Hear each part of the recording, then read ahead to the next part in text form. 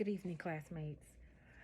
In thinking of the VARC as opposed to the VAC, which focuses on visual, auditory, and kinesthetic, I got that word right tonight. I've been practicing for a few days to get the word kinesthetic right. Anyway, uh, the VAC focuses on auditory, visual, and kinesthetic, whereas the VARC focuses on the auditory, visual, kinesthetic, and reading and writing. I tend toward learning best by reading and writing. I'm comfortable with this learning style.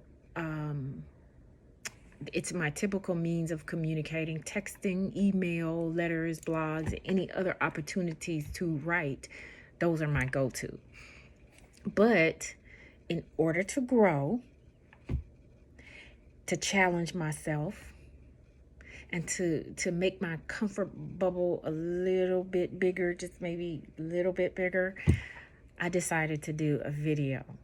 And for transparency purposes, I am using a teleprompter. I had to write it out first before I could do this video. So I'll be following my teleprompter so that I don't get off script, which I am off script right now. So, okay.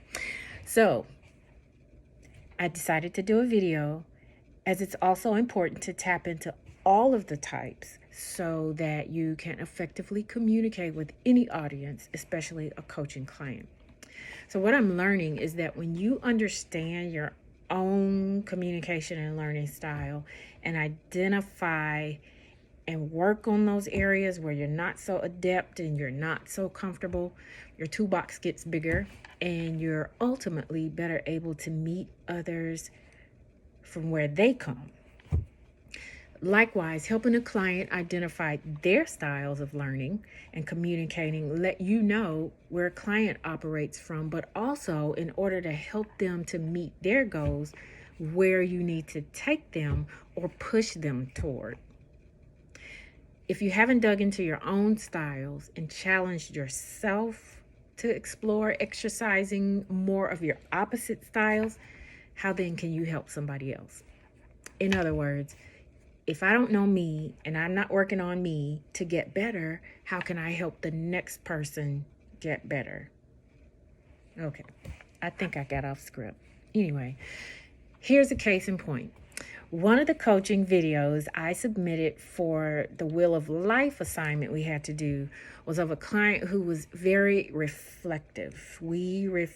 She reflected on her wheel, on the different parts of her life, and I, in turn, am a very reflector kind of person.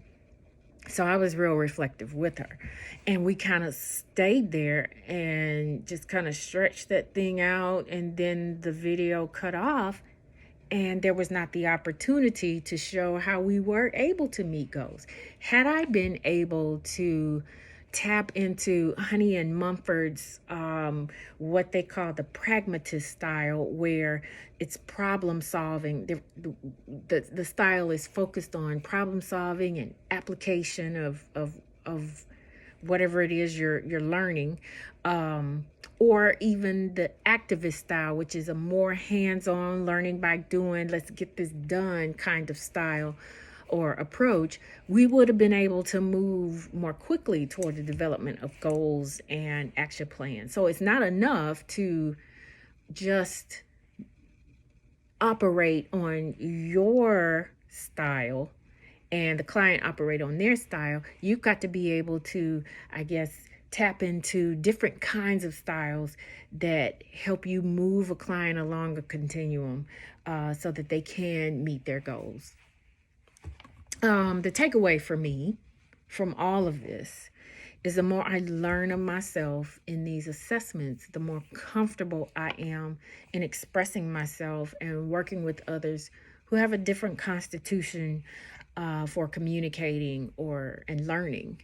And as an introvert, for example, learning to communicate with an extrovert stretches my sense, but also increases my capacity for effectiveness in helping clients and friends and family and whomever I am interacting with, it helps them to reach their greatest potential.